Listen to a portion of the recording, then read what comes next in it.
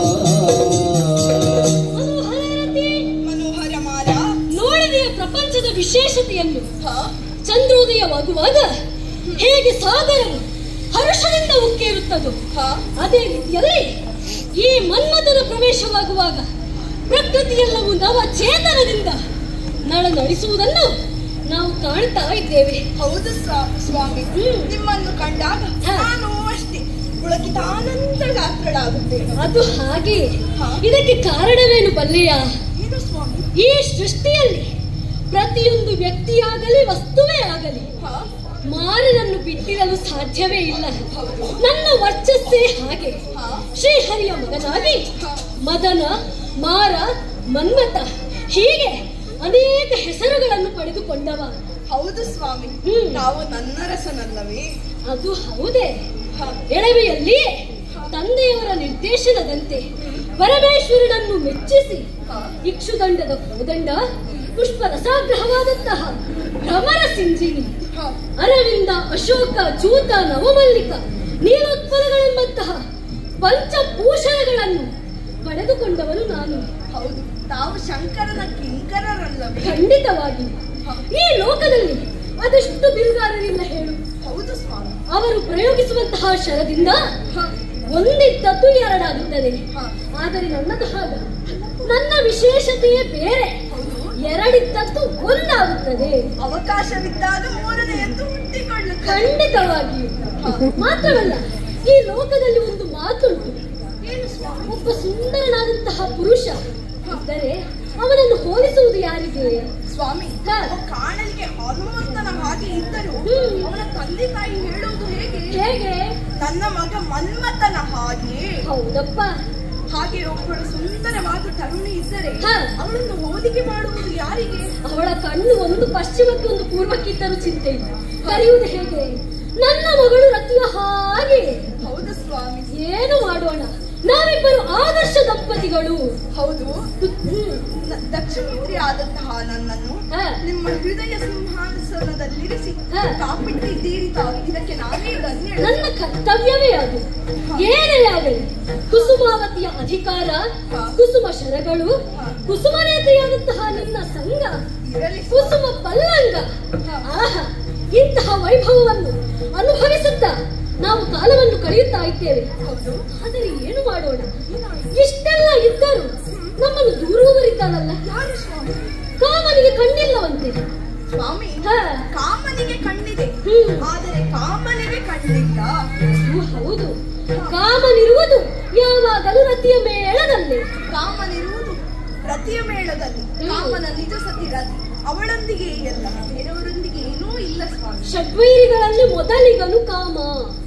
ಷಡ್ವೈರಿಗಳಲ್ಲಿ ಮೊದಲಿಗೆ ಕಾಮ ಇರಬಹುದು, ಆದರೆ ಪುರುಷಾರ್ಥಗಳಾದಂತಹ ಧರ್ಮ, ಅರ್ಥ, ಕಾಮ, ಮೋಕ್ಷಗಳಲ್ಲಿ ಕಾಮ ಇದೆಯಲ್ಲವೇ? ಹೌದೇ ಹೌದು. ಆದರೆ ಪತನಕ್ಕೆ ಕಾಮ ಎಂದು ಹೇಳ್ತಾರಲ್ಲ. ಪತನಕ್ಕೆ ಕಾಮ ಕಾರಣವಾದರೆ ಸಂತಾನಕ್ಕೂ ಅದೇ ಕಾರಣವಲ್ಲವೇ? ಖಂಡಿತವಾಗಿಯೂ. ಯಾರಲ್ಲಿ ಕಾಮ ಇರುವುದಿಲ್ಲ ಹೇಳು? ಪ್ರತಿಯೊಬ್ಬರಲ್ಲಿಯೂ ಕಾಮ ಎನ್ನುವುದು ಇದ್ದೇ ಇರುತ್ತದೆ. ಹೌದು. ಆದರೆ ಅದರ ಸದ್ಬಳಕೆ ಹೇಗೆ ಅದು ಮುಖ್ಯ ತಾನೇ. ಹೌದು ಸ್ವಾಮಿ. ಏನೇ ಇರಲಿ, ನಿನ್ನದಂತಹ ಸಾಂಗತ್ಯದೊಂದಿಗೆ ಈ ಕುಸುಮಾವತಿಯಲ್ಲಿ ಆನಂದದ ಜೀವನ. ನಾವು ಬಂದ ಕೂಡಲೇ ಹೇಳಿದ್ದು ಹೇಗೆ? ರತಿಯ ಮೇಳದೊಳಿರ್ಪ ಕಾಮನು. ಹೌದು ಸ್ವಾಮಿ. ನಮ್ಮ ಮೇಳಕ್ಕೆ ನಿನ್ನದೇ ಹೆಸರು. ಹೌದು. ನೀವು ಯಾಕೆಂದು ಬಲ್ಲಿರಾ? ಯಾಕೆಂದರೆ ಯಾರಾದರೂ ಕಾರ್ಯಕ್ರಮಕ್ಕೆ ಆಮಂತ್ರಣ ಪತ್ರ ನೀಡುವಾಗ ಹೇಗಿರುತ್ತದೆ? ಹೇಗೆ? ಶ್ರೀಮತಿ ಮತ್ತು ಶ್ರೀ ಅದೇ ರೀತಿಯಲ್ಲಿ ಸ್ವಾಮಿ. ಆಗಲಿ, ನಿನಗೇಕೆ ಬೇಸರ? ಬೇಸರವೇನೂ ಇಲ್ಲ. ಸರಿ, ಎಂದಿನಂತೆ ಆನಂದದ ಜೀವನವನ್ನು ನಾವು ಸಾಗಿಸುತ್ತಾ ಇದ್ದೇವಲ್ಲ. ಏನಾಯ್ತು ಸ್ವಾಮಿ? ಯಾರು ಬಂದ ಹಾಗೆ ಅನಿಸುತ್ತಾ ಇತ್ತು ಸ್ವಾಮಿ. ಯಾರು ವಿಘ್ನ ಸಂತೋಷಿಗಳಿರಬೇಕು, ಅತೃಪ್ತರಿರಬೇಕು. ಕೇಳಿದೀರಿ ಸ್ವಾಮಿ? ಯಾರೇ ಇದ್ದರೂ ಹೊರಗಿದ್ದಾರಲ್ಲ, ಅವರ ಅಲ್ಲೇ ಇರಲಿ. ಅಲ್ಲವೇ? ಸ್ವರವನ್ನು ಎಲ್ಲಿಯೂ ಕೇಳಿದ ಹಾಗೂ ಬರಬಹುದೇ? ನಮ್ಮ ಆಪ್ತರದ್ದೆ ಧ್ವನಿ. ಯಾರಿರಬಹುದು? ಆಹಾ, ಧಾರಾಳ, ಬರಬಹುದು ಬರಬಹುದು.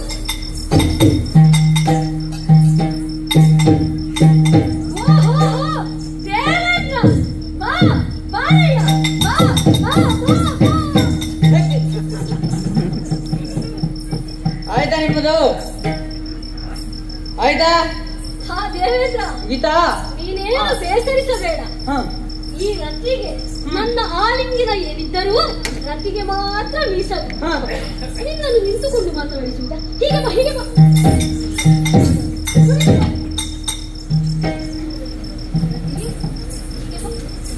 ದೇವೇಂದ್ರ ಬಂದಿದ್ದ. ಬಂದವ ಏನೋ ಒಂದು ವಿಚಾರ ತಂದಿರಬೇಕು. ಹಾಗಾಗಿ ನೀನು ಇಲ್ಲಿರುವುದು ಸೂಕ್ತವಲ್ಲ. ಸ್ವಾಮಿ, ನನಗೆ ಅರ್ಥವಾಯಿತು. ಅವನ ಮುಖ ನೋಡುವಾಗ ಬೇಗ ಹೋಗುವಂತೆ ಕಾಣಿಸುತ್ತಿಲ್ಲ. ನಾನು ಒಳಗಿಟ್ಟುಕೊಳ್ಳುತ್ತೇನೆ. ಸರಿ, ಬೇಗ ಅವನನ್ನು ಕಳಿಸಿ. ಬೇಗ ಕಳಿಸ್ತೇನೆ. ಆಯ್ತು ಸ್ವಾಮಿ. ಹೀಗೆ ಹೀಗೆ ಬೇಗ ಕಳಿಸಿ. ಆಯ್ತು, ಬೇಗ ಕಳಿಸಿ. ಆಯ್ತು. ನಾವು ಇಲ್ಲೇ ಇರ್ತೇವೆ. ಇಲ್ಲೇ ಸರಿ, ಕಳಿಸಿ. ಅಯ್ಯೋ